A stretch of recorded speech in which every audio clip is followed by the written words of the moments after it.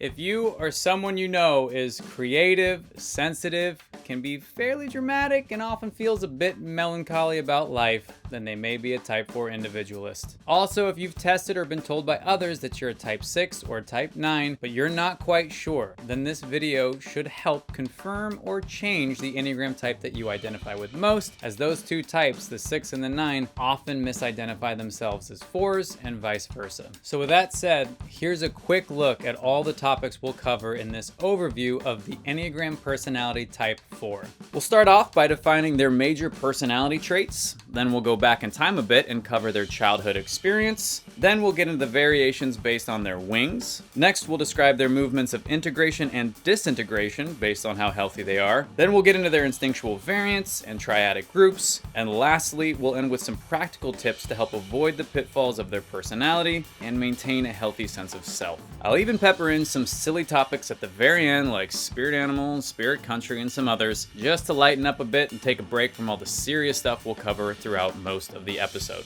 All right, that's where we're going. Ready? Let's get into it.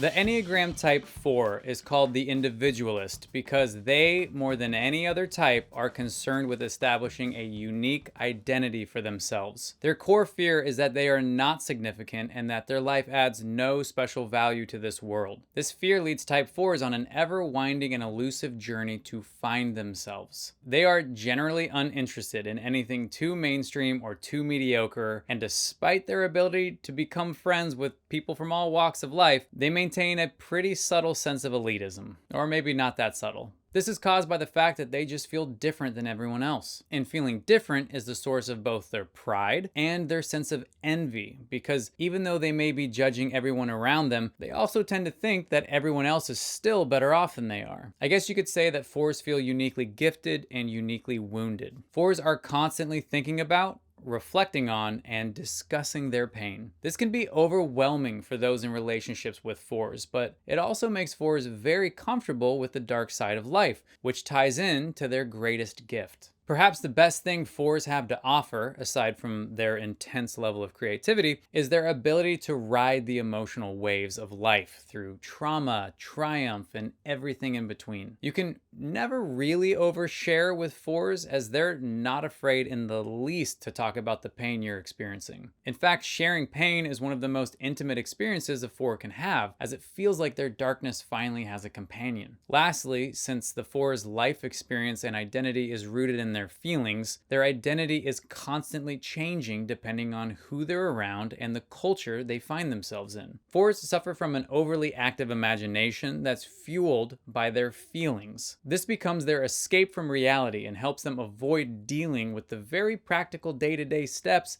needed to heal from their past experiences and move forward in health. At their best, though, 4s have a keen eye for beauty and a deep ability to both experience and express deeper truths about the human condition that alleviate the burden of having to do life alone. All right, if that wasn't piercing enough of a description for you, then let's get even deeper by discussing the general childhood experience for Type 4s.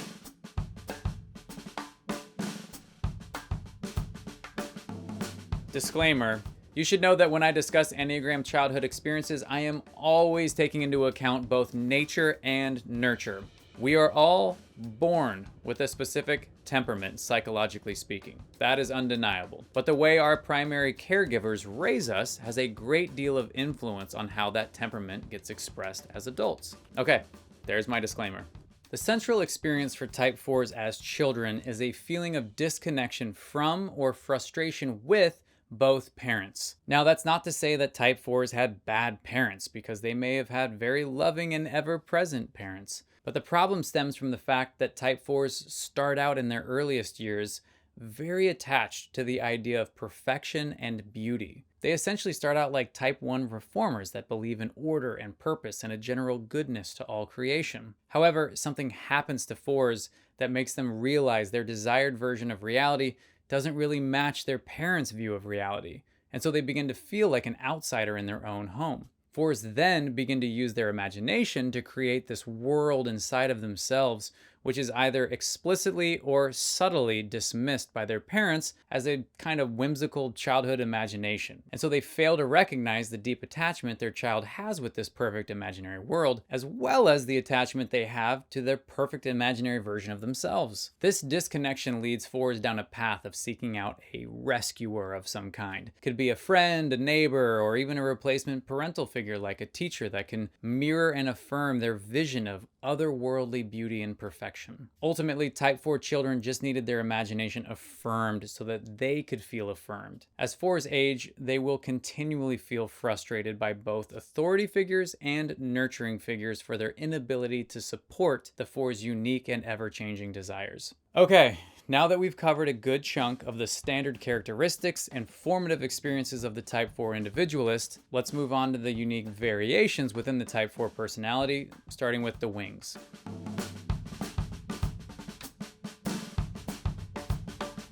The theory behind the wings is that we have overlapping traits with the personality types directly to the left and to the right of our primary type. So 4s can either have a dominant 3-wing or a dominant 5-wing. And before all my unique little individualists ask, yes, you can share traits with both wings, but typically one is far more dominant than the other, as you'll see in the subtype descriptions. Okay, 4s with a 3-wing are called the aristocrat. I know some people don't know what an aristocrat is since we don't really use that term much here in the States, but an aristocrat is someone of noble birth and is stereotypically known for having an elevated view of themselves. Just think Downton Abbey, but less surreal. 4s and 3s are actually very different at their core, but they do share one major similarity, and that's that they're both in the heart triad. What that means is that this subtype deals with a ton of shame around their public identity. Aristocrats care a lot about what others think of them, and they want others to see them as having great taste in all things, be it their knowledge of fine wine, cool clothes, or even their romantic partners. Type 3 achievers are very practical, success-oriented people. So that makes 4s with a 3-wing tend to suppress their emotions a bit for the sake of their image. Now, while 4-wing 3s deeply desire success, they're really afraid of attaining it. They tend to be scared that the spotlight of success will expose all their flaws and failures. This tension between craving success and fearing exposure can make them really turbulent people that are always contradicting themselves. One day it's, I'm going to be a public speaker, and the next day it's, nah, I don't care about that anymore, too dangerous. At the end of the day though, 4s with a 3-wing are the more extroverted, romantic, creative, and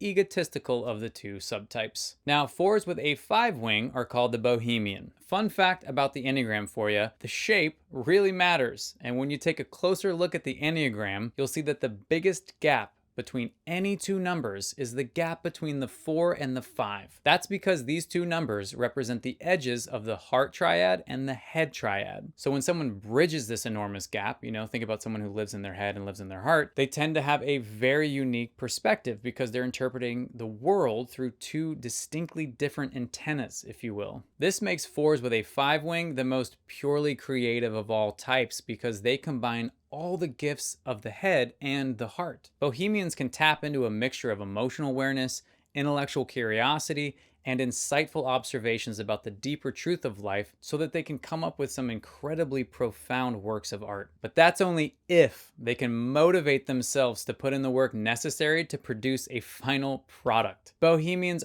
are notoriously slow to act on their creative imagination, and they often become obsessed with following their muse down any and every dark rabbit hole rather than just finishing what they started. The 5-wing also makes 4s way more withdrawn, private, and less concerned with public opinion. In some ways, that allows them to feel far more free in their creative aspirations because they're not really concerned if their final product is going to receive mass public approval. And on the other hand, it makes them stall out because they don't care if anyone sees the final product. If bohemians get too isolated in their imagination, then they can start to lose touch with reality and feel like nothing matters anyway, so why bother? Overall, 4-wing 5s are very minimalistic in their desires when compared to the 4 with a 3-wing, and they'd be happy living an independent, unconventional life where they can endlessly express their creative vision for the world. All right, those are the wings for the Type 4 individualist. Now let's get into how the Type 4's behavior changes based on their level of health.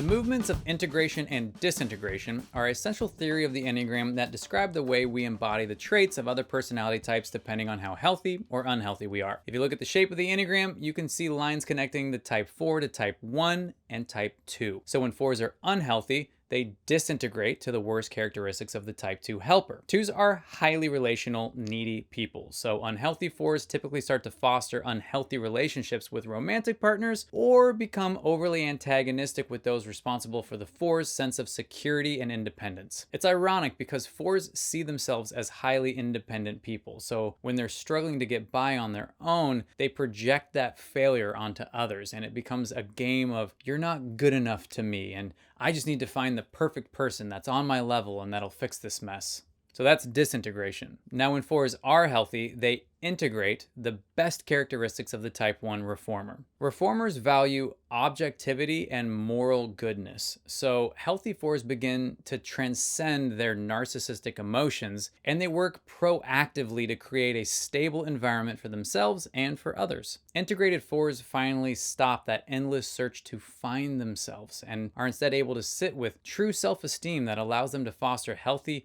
honest relationships, both personally and professionally. It also just makes them more pragmatic and productive when it comes to advancing the quality of their life. Okay, that's a broad overview of the movements of integration and disintegration. Time to get a little more nuanced and talk about the instinctual variants for type 4 individualists.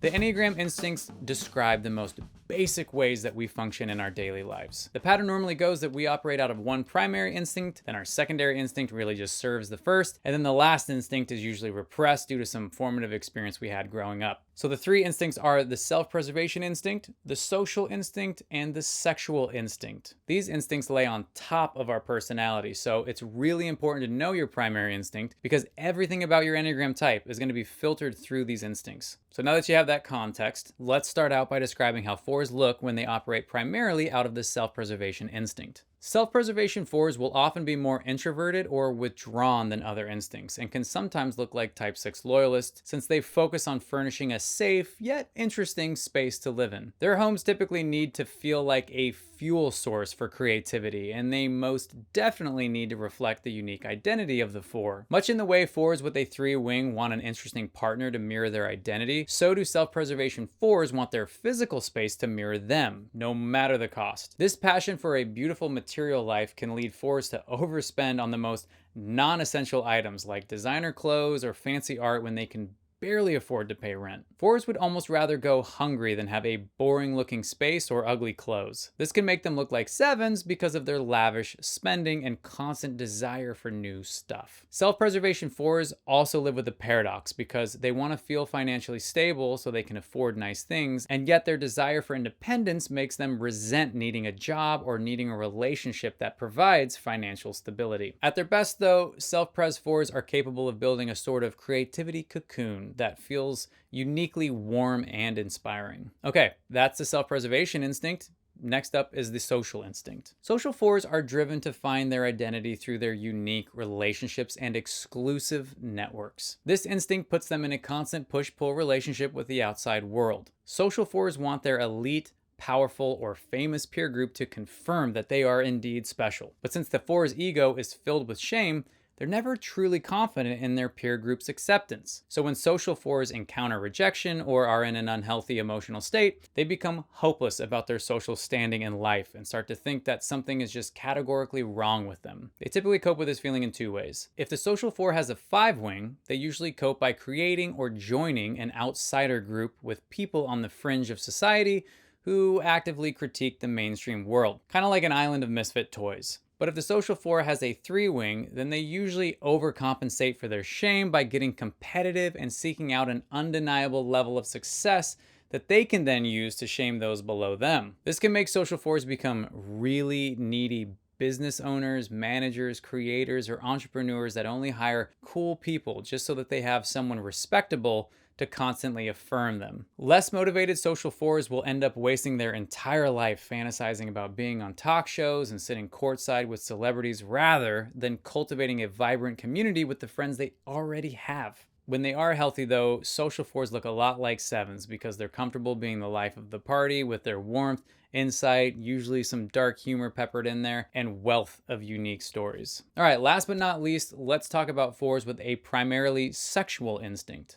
If you're in a relationship with a sexual four, you better buckle up because sexual fours thrive on competition and infatuation. This tends to make them more direct and engaging than most other fours that are predominantly withdrawn or introverted. Now, the sexual instinct is all about a desire for intensity, not physical intercourse. But fours are hopeless romantics at their core, so the sexual instinct does fuel an even more spicy love life. The way sexual fours seduce people is typically with intense expressions of vulnerability. They can be oversharers, if you will. Since all fours deal with a lot of shame, the sexual four has to do some emotional judo and ends up using their potential shame as a source of pride. Like, look at me, I've been through so much and experienced so much of life. Sexual fours have strong opinions about their loved ones and are shameless in their fantasy life. This can make it hard for sexual fours to feel settled in committed relationships, and it can also make their partners feel like they could never possibly live up to their partner's expectations. Sexual fours may not admit it, but what they want most is the perfect rescuer to take them away from a dull existence. But since the perfect person doesn't exist, sexual fours often resign themselves to being a perennial bachelor or bachelorette.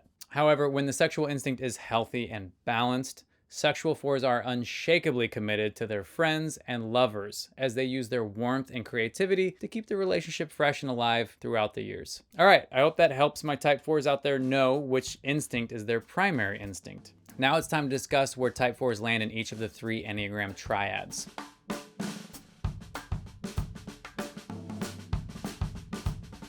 The Enneagram triads are simply a way of grouping personality types based on shared characteristics. They've really evolved over time and are a major way the Enneagram integrates widely held concepts from mainstream psychology. I also think they're just a great reminder of the ways we share so many behaviors with all the other Enneagram types, no matter what our type is. Okay, let's start with the most commonly known triad, which is the triad centers. The 3 triad centers are the head, the heart, and the gut. And these groups describe the primary ways we process our experiences. Type 4s are in the heart group, along with type 3 achievers and type 2 helpers. Each heart type deals with shame tied to their identity, but they all process the shame differently. In regards to type 4s though, they internalize their shame and begin to tell themselves that they're inherently flawed or inherently special, so much so that no one will truly understand them. And although you may think 4s constantly express their dark or brooding emotions, they actually under-communicate their true emotions, which is what drives them to express themselves through artistic outlets rather than directly communicating their true self. Furthermore, 4s read the world through a lens of ever-changing emotional reactions, and this makes balance, discipline, and objectivity both a real challenge and a major goal for type 4s. Okay, now let's move on to the harmonic triad. The harmonic triad is all about the way we cope with pain, loss, or trauma. And the 3 groups within the harmonic triad are the competency group, the reactivity group, and the positive outlook group. I think we all know 4s aren't in that last group, so that leaves competency and reactivity. So if you guessed reactivity, then bravo, because they most certainly are in the reactivity group alongside type 6 loyalists and type 8 challengers. 4s are dramatic, emotional people by nature, and so they often respond to pain or sudden change by assuming the worst. 4s tend to believe that pain is more real than things like joy or happiness, so they need others to be as equally shaken as they are so that their worldview can be affirmed, especially since their childhood experience was defined by not really feeling understood by their parental figures. 4s also react to feelings of loss or separation by unloading their emotions in extreme acts of intimacy, and then suddenly pulling away into their own world. This back and forth interaction often keeps people clinging on to them as if the 4 is actually playing hard to get, but they're not. 4s often don't even want the people they've enticed to chase them to be their friends. And many 4s experience a codependent relationship with type 2s or type 6s that want to rescue or parent the turbulent type 4. Okay, last but not least, there's the Hornevian triad. The Hornevian triad describes general social behaviors for each Enneagram type. And the 3 groups within the Hornevian triad are the compliant group, the withdrawn group, and the assertive group. Type 4s are in the withdrawn group, along with type 5 investigators and type 9 peacemakers. 4s at their core are naturally introverts, even if they're performance artists and love being on stage. 4s recharge by tapping into their imagination, which can be a place they spend days at a time. And while 4s crave attention, they don't usually like to fight for it, and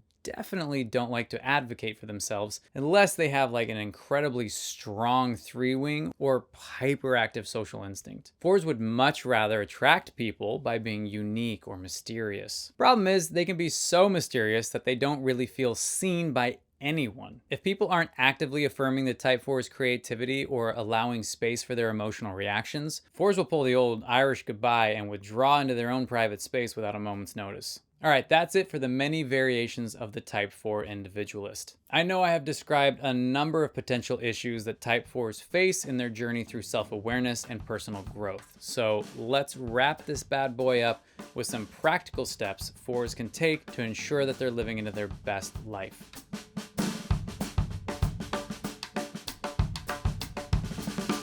First up for 4s is, if you're feeling like your life is a mess, or you're struggling with dark emotions, you will not be able to think or feel your way out of it. You're gonna need to do your way out of it. Start with the most tiny act of self-discipline. A few years back, there was a commencement speech from a Navy admiral that went viral because his whole message was, if you want to change the world, start by making your bed. Now, I'm a type 1, so a lot of my basic behaviors are what type 4s do when they're really healthy, and the little things like making your bed right when you get up or organizing your desk so you can work in a place that doesn't feel chaotic and messy, all that stuff leads to way bigger, bolder decisions to advance the quality of your life. So don't fixate on your setbacks, just make your bed, clean yourself up, and do the next smallest thing you can to stay productive no matter what kind of mood you're in. This will lead you 4s to take on the kind of major challenges that you know deep down you're capable of. And that ties into another practical thing 4s can do for their health, and that's to acknowledge their feelings, but do not identify with them. This will be a lifelong journey for type 4s as they feel like they are their feelings, rather than noticing their feelings, accepting them, and letting them pass. 4s tie their entire self-worth to how they're feeling that day. And so it helps to have a space and time to feel their feelings, whether that's at therapy or during meditation or journaling about them. And then once that time is over,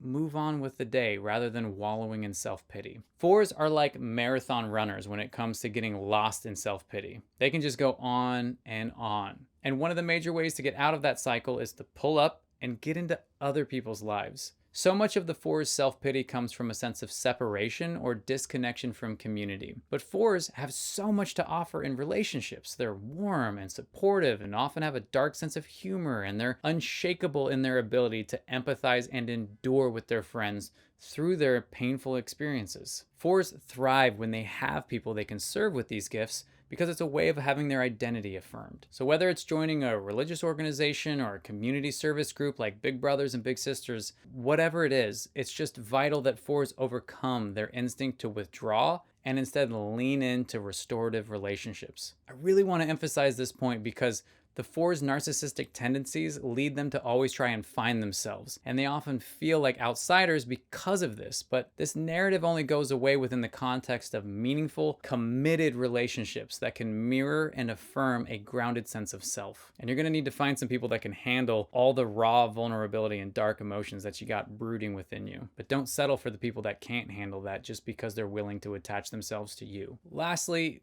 4s, please be kind to yourself. And I'm saying that as a hypercritical, self-flagellating type 1, so I get it. But y'all will take your negative self-talk to a pretty dark, depressive place that you end up using as an excuse for any number of bad behaviors. 4s just need to notice when one mistake gives them permission to make 99 more mistakes because it's just who they are. There's a line between feeling guilty about what you've done and feeling ashamed about who you are. When 4s begin to embrace a narrative of self-love and self-forgiveness, it's going to feel alien or like writing with your opposite hand compared to the familiarity of self-deprecating narratives that you've been holding on to since childhood. So again, please be kind to yourself, type 4s. All right, we made it. I know these core type overviews are a lot to get through, so kudos to you for making it all the way to the end. And as a reward, we're gonna pull up for a minute and have some fun with the type 4 personality by talking about the spirit country, spirit animal, and some famous type 4s you may know. And just take all this with a grain of salt because it's just some fluffy metaphors about the most superficial parts of your personality. And yes, it's borderline stereotyping, but hey, we're just having a good time.